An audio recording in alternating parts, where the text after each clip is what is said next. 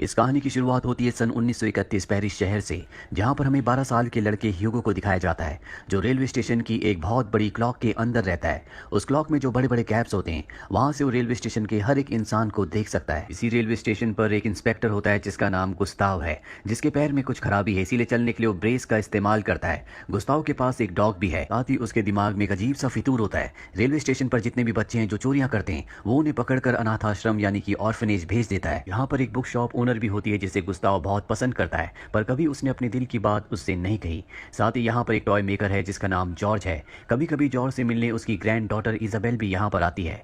Station के ऊपर जो बहुत बड़ी क्लॉक है, वहां से ह्यूगो सब कुछ देखता रहता है, पर वो ध्यान रखता है कि वो गुस्ताव से बच कर रहे, क्योंकि वो ऑर्फनेज नहीं जाना चाहता। अब यहाँ पर जो टॉय मेकर होते हैं जिनका नाम जॉर्ज है, कुछ दिनों से उनकी शॉप में चोरियां हो रही होती है, इसीलिए वो परेशान होते हैं। इसी परेशानी में वो अपने चाबी वाले रैट को अपने काउंटर के ऊपर चला रहे होते हैं, और ऐसा करते करते उन्हें नींद आ जाती है। ह्यूगो ऊपर से सब कुछ देख रहा होता है, उसे वो रैट बहुत पसंद आता है, इसीलिए वो मौके का फायदा उठाकर रैट को चुराना चाहता है। लेकिन ये मिस्टर जॉर्ज की एक चाल होती है। वो ह्यूगो का हाथ पकड़ लेते हैं और कहते हैं कि आज तक तुमने जितनी भी चीजें मेरी दुकान से, शॉप से चुराई हैं, वो सब की सब वापस दो। ह्यूगो की जेब में जितनी भी चीजें होती हैं, वो सब की सब वापस रख देता है। ये सब के सब क्लॉक के पार्ट्स होते हैं। साथ ही उसके पास एक नोटबुक भी होती है, और जब मिस्टर जॉर्ज उस नोटबुक को देखते हैं तो उसमें क्लॉक के बहुत सारे पार्ट्स बने होते हैं, जिन्हें देखकर वो इंप्रेस हो जाते हैं। साथ ही इसमें एक स्केच भी होता है जो कि ऑटोमेटन का होता है। ऑटोमेटन इंसान के द्वारा बनाई गई एक रोबोटिक मशीन होती है। मिस्टर जॉर्ज ह्यूगो से पूछते हैं कि तुमने इस नोटबुक को कहां से चुराया है। ह्यूगो कहता है कि मैंने इसे चुराया नहीं है, बल्कि अपने पिता के साथ बनाया था। मिस्टर जॉर्ज कहते हैं कि तुम एक चोर हो। ह्यूगो उनसे अपनी नोटबुक छीनने की कोशिश करता है, लेकिन तभी इंस्पेक्टर उसे देख लेता है, और अब इंस्पेक्टर गुस्ताव अपने डॉग के साथ उसका पीछा करना शुरू कर देता है। ह्यूगो भागकर प्लेटफॉर्म की सीलिंग पर चढ़ जाता है, और गुस्ताव के पैर के जो ब्रेस होते हैं वो ट्रेन के दरवाजे के साथ अटक जाते हैं, इसीलिए गुस्ताव वहीं पर गिर जाता है। ह्यूगो वापस क्लॉक में आ चुका है, जहां पर वो क्लॉक को चाबी देता है, जिससे क्लॉक लगातार चलती रहती है, और एक बार फिर से क्लॉक के बीच में जो होल्स होते हैं, जो गैप है, उससे वो पूरे स्टेशन को देखना शुरू कर देता है। अब रात होने के बाद मिस्टर जॉर्ज जब अपने स्टोर को बंद करके घर जा रहे होते हैं तो ह्यूगो उनका पीछा करना शुरू कर देता है। मिस्टर जॉर्ज उसे कहते हैं कि मैं तुम्हारी नोटबुक को जला दूंगा, और अपने घर के अंदर चले जाते हैं। वहीं ह्यूगो विंडो पर देखता है जहां पर एक लड़की होती है जिसका नाम इजाबेल है।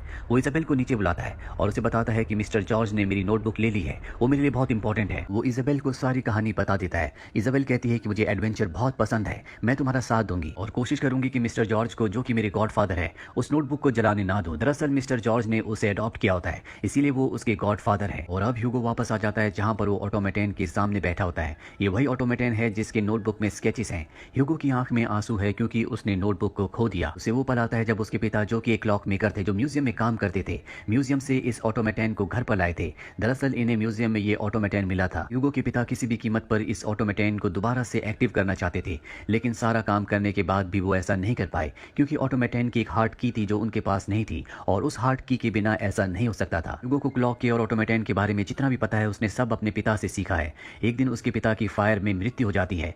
ह्यूगो की मॉम की पहले मृत्यु हो चुकी थी, जिसके बाद वो अनाथ हो गया। वो अपने अंकल क्लाउड के पास आ गया, जो कि इसी क्लॉक में काम किया करते थे जिस क्लॉक में अब ह्यूगो रहता है। यहाँ पर एक क्लॉक रूम भी है जहाँ पर ह्यूगो के अंकल रहा करते थे, इसीलिए ह्यूगो को अपने साथ वो इस क्लॉक रूम में ले आए। ह्यूगो अपने ऑटोमेटन को भी यहाँ पर ले आया था। ह्यूगो के अंकल ने कभी उसे स्कूल नहीं भेजा, क्योंकि वो चाहते थे कि वो उनके बदले काम करे, और एक दिन अचानक से वो गायब हो गए, और तब से लेकर अब तक ह्यूगो अपने अंकल के बदले इस क्लॉक को चला रहा है। इस बारे में किसी को नहीं पता कि 12 साल का ये बच्चा इस क्लॉक के अंदर रहता है। सबको ये लगता है कि ह्यूगो के अंकल इस क्लॉक को चलाते हैं। ह्यूगो खाने के लिए स्टेशन से चीजें चुराता है, और साथ ही इस बात का ध्यान रखता है कि उसे इंस्पेक्टर गुस्ताव से बचकर रहना है। अगले दिन ह्यूगो मिस्टर जॉर्ज के पास जाता और अपनी नोटबुक मांगता है। वो उसे एक हैंकरचीफ देते हैं जिसके अंदर राख होती है, और कहते हैं कि मैंने तुम्हारी नोटबुक जला दी। ह्यूगो को ये जानकर बहुत दुख होता है, और वो रोते हुए वहां से भागने लगता है। तभी उसकी मुलाकात इजाबेल से होती है। इजाबेल कहती है कि मैंने सब कुछ देख लिया, मिस्टर जॉर्ज ने तुम्हारी नोटबुक नहीं जलाई, वो झूठ बोल रहे हैं। ह्यूगो को जानकर खुशी होती है। वो एक बार फिर से मिस्टर जॉर्ज के पास जाता और अपनी नोटबुक मांगता है। मिस्टर जॉर्ज कहते हैं कि मैं तुम्हारी नोटबुक दे दूंगा, पर सबसे पहले तुम्हें एक टॉय को ठीक करना होगा। ह्यूगो उस टॉय को पहले से बेहतर बनाकर ठीक करके उन्हें दे देता है, जो देखकर मिस्टर जॉर्ज उससे इंप्रेस हो जाते हैं और कहते हैं कि अगर तुम मेरे लिए काम करोगे, मुझे तुम्हारा काम अच्छा लगा, तो मैं तुम्हारी नोटबुक तुम्हें वापस कर दूंगा। ह्यूगो उनकी बात मान जाता है, और अब ह्यूगो उनकी शॉप पर काम करना शुरू कर देता है। वो मिस्टर जॉर्ज से बहुत सारी चीजें सीखता है। काम करने के बाद वो इजाबेल से मिलने जाता है, और वापस आकर अपने ऑटोमेटन पर काम करता है। अब उसने बहुत सारी चीजें सीख ली होती है, इसीलिए ऑटोमेटन थोड़ा थोड़ा हिलना डुलना शुरू कर देता है, जो देखकर ह्यूगो को बहुत अच्छा लगता है, क्योंकि ये उसके पिता का अधूरा काम है जो खुद पूरा करना चाहता है, और बिना हार्ट की के वो इसे नहीं चला सकता। अब ह्यूगो और इजाबेल की अच्छी खासी दोस्ती हो जाती है, और एक दिन जब ये दोनों के दोनों स्टेशन पर होते हैं, तभी इनके सामने इंस्पेक्टर गुस्ताव आ जाता है। ह्यूगो से देखकर डर जाता है। वो इजाबेल से कहता है कि बिल्कुल शांत रहना, इन्हें हमारे बारे में कुछ पता नहीं चलना चाहिए। गुस्ताव पहले से इजाबेल को जानता है, क्योंकि वो उसके अंकल को भी जानता है।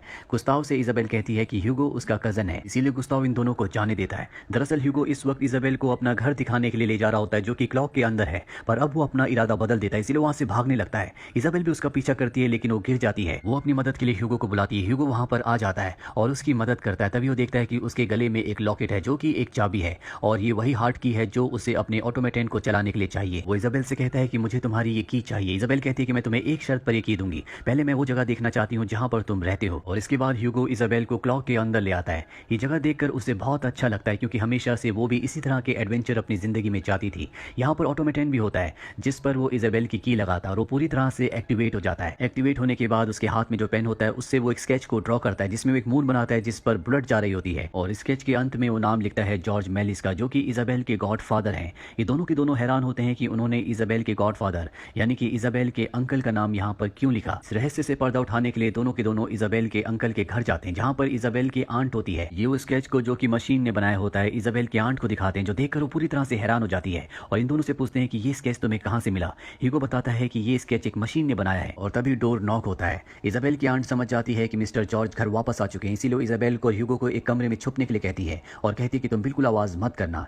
इसके बाद ह्यूगो और इजाबेल देखते हैं कि यहाँ पर एक अलमीरा है जो कि बहुत पुरानी है। ये उसकी तलाशी लेना शुरू कर देते हैं और तभी ऊपर से एक बॉक्स गिरता है जिसके अंदर बहुत सारे स्केचेस होते हैं और इन स्केचेस में एक स्केच वो भी होता है जो मशीन ने बनाया था। आवाज से अब मिस्टर जॉर्ज भी अंदर आ जाते हैं। वो अपने स्केचेस को देखकर रोने लगते हैं और कहते हैं कि अब वो कुछ भी नहीं है, वो पेनीलेस है, उनके पास पैसे नहीं है। साथ ही वो ह्यूगो को कहते हैं कि तुमने मेरे ट्रस्ट को तोड़ा है, तुम एक क्रूअल इंसान हो। ह्यूगो वहां से चला जाता है। अगले दिन एक बार फिर से इजाबेल ह्यूगो से मिलने के लिए आती है और ये एक लाइब्रेरी में जाते हैं जहां पर इन्हें एक फिल्म रिलेटेड बुक मिलती है जिससे इन्हें पता चलता है कि शुरुआत में कुछ लोगों ने फिल्में बनाना शुरू किया जो लोगों को पसंद आना शुरू हो गई, जिससे लोगों ने इस इंडस्ट्री में पैसा लगाया और एक छोटी सी जगह हॉलीवुड बन गई।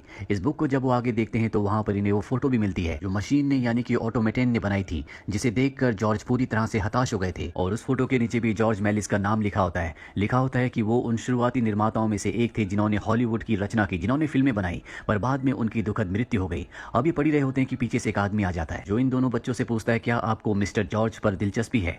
ये दोनों से देखते हैं और समझ जाते हैं कि इस बुक का जो राइटर है वो यही इंसान है। इजाबेला उसे बताती है कि जॉर्ज मेलिस अब भी जिंदा है, वो मेरे अंकल हैं, उन्होंने मुझे गोद लिया था। वो ऑथर उनकी बात पर हंसने लगता है। वो कहता है कि ऐसा नहीं होता और इन दोनों को एक कमरे में ले जाता है जहां पर मिस्टर जॉर्ज की बहुत सारी फोटोज और उनकी चीजें होती हैं। ऑथर इन दोनों को बताता है कि मैं मिस्टर जॉर्ज से मिल चुका हूं। जब मैं छोटा था तो मेरा भाई उनके पास काम किया करता था और एक दिन वो मुझे उनसे मिलवाने के लिए ले गया था। जब मैं उनके स्टूडियो गया तो वहां पर बहुत बड़ा सेट लगा था जो पूरी तरह से कांच के एक रूम के अंदर था। वहां पर वो इल्यूजन क्रिएट कर रहे थे, यानी कि उस जमाने में वो ऐसी फिल्में बनाते थे जो कि उस वक्त की टेक्नोलॉजी से करना बहुत मुश्किल था। वो अपनी फिल्मों में एक्ट भी किया करते थे और मैं उनसे मिला था। मैं उस मुलाकात को कभी नहीं भूल पाया। मैं उनका बहुत बड़ा फैन हूँ। उनके बारे में आखिरी खबर मैंने यही सुनी थी कि वॉर में वो मारे गए। वॉर के बाद उनकी कोई खबर नहीं मिली। अगर वो अब भी जिंदा है तो मैं उनसे मिलना चाहूंगा। उनका जितना भी काम था वो सब का सब खो चुका है। उनकी एक फिल्म अब भी मेरे पास है, इसके अलावा उनका कोई भी काम इस दुनिया में नहीं है। अगर वो सच में जिंदा है तो मैं उनसे मिलना चाहूंगा। और इसके बाद ये तीनों की तीनों इजाबेल के घर आ जाते हैं जहाँ पर इजाबेल की आंट होती है। दरअसल मिस्टर जॉर्ज की तबीयत खराब है, इसीलिए वो दूसरे कमरे में होते हैं। ऑथर इजाबेल की आंट से बहुत अच्छे से बात करता और पहचान जाता है कि मिस्टर जॉर्ज की मूवी में जो हीरोइन हुआ करती थी वो और कोई नहीं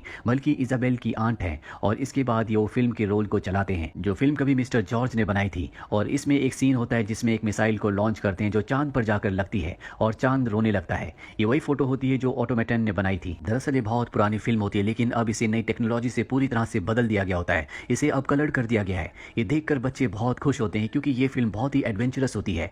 जब ये फिल्म चल रही होती है तभी मिस्टर जॉर्ज भी इस कमरे में आ जाते हैं। वो अपनी ही बनाई हुई फिल्म को देखकर अपनी अतीत की जिंदगी में खो जाते हैं और सबको बताते हैं कि अपनी जिंदगी के शुरुआती दिनों में वो एक मैजिशियन थे, साथ ही वो मशीन्स भी बनाया करते थे और जो मशीन इस वक्त ह्यूगो के पास है यानी कि ऑटोमेटन, वो भी उन्होंने ही बनाई थी। मिस्टर जॉर्ज बताते हैं कि एक बार मैं सर्कस देखने के लिए गया था जहां पर प्रोजेक्टर से मैंने एक सीन देखा था जिसमें ट्रेन चल रही थी। उसे देखकर मैं पूरी तरह से हैरान हो गया। इसके बाद मैंने फिल्में बनाने का तय किया। मैंने अपना सब कुछ बेच दिया, एक कैमरा बनाया और स्टूडियो खरीदा जहां मैंने इल्यूजन से भरी हुई फिल्में बनाई जिसने लोगों को पूरी दुनिया को चौंका दिया। मैंने अपनी वाइफ के साथ 500 फिल्में बनाई। मेरी जिंदगी में सब कुछ अच्छा चल रहा था, पर तब वर्ल्ड वॉर शुरू हो गया और लोगों की फिल्मों में दिलचस्पी पूरी तरह से खत्म हो गई, जिससे मेरा बहुत नुकसान हुआ। मैं पूरी तरह से बर्बाद और हताश हो गया। मैंने अपनी सारी फिल्मों को, अपने स्टूडियो को जला दिया। जो कुछ मेरे पास बचा था उसे बेचकर मैंने स्टेशन में एक शॉप खरीद ली और जो ऑटोमेटन मैंने बनाया था एक म्यूजियम में डोनेट कर दिया। लेकिन अभी कुछ वक्त पहले वहां पर एक हादसा हुआ था जिसमें वो पूरी तरह से खत्म हो गया। ये उसी हादसे की बात कर रहे होते हैं जिस हादसे में ह्यूगो के पिता की मृत्यु हुई थी।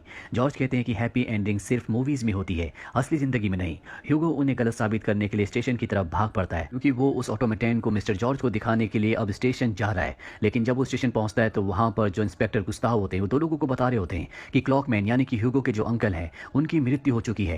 ह्यूगो इस बात को सुन लेता, वो समझ जाता है कि अब वो क्लॉक के अंदर नहीं रह सकता, पर इससे पहले कि क्लॉक के अंदर जाता इंस्पेक्टर गुस्ताव उसे पकड़ लेते हैं और एक जगह कैद कर देते हैं क्योंकि वो उसे यहाँ से अनाथ आश्रम ऑर्फनेज भेजना चाहते हैं। और ह्यूगो किसी तरह से लॉक खोलकर वहां से निकल जाता है और क्लॉक के अंदर जाकर ऑटोमेटेन लेकर यहाँ से निकलने लगता है। लेकिन एक बार फिर से इंस्पेक्टर गुस्ताव उसे पकड़ लेते हैं और इससे पहले कि वो ह्यूगो को कैद करते यहाँ पर मिस्टर जॉर्ज आ जाते हैं जो गुस्ताव को कहते हैं कि ह्यूगो उनका ग्रैंडसन है, इसीलिए गुस्ताव को उसे छोड़ना पड़ता है क्योंकि वो अनाथ बच्चा नहीं है और उन्हें परमिशन सिर्फ अनाथ बच्चों को पकड़ने की मिली होती है। अब कुछ वक्त बीत जाता है जहां पर ऑथर एक बहुत बड़ा फिल्मों का प्रीमियर रखता है और ये मिस्टर जॉर्ज की फिल्मों के लिए होता है। वो सबको बताता है कि मिस्टर जॉर्ज की 80 मूवीज मिल चुकी हैं जबकि बाकी की मूवीज हमें नहीं मिली।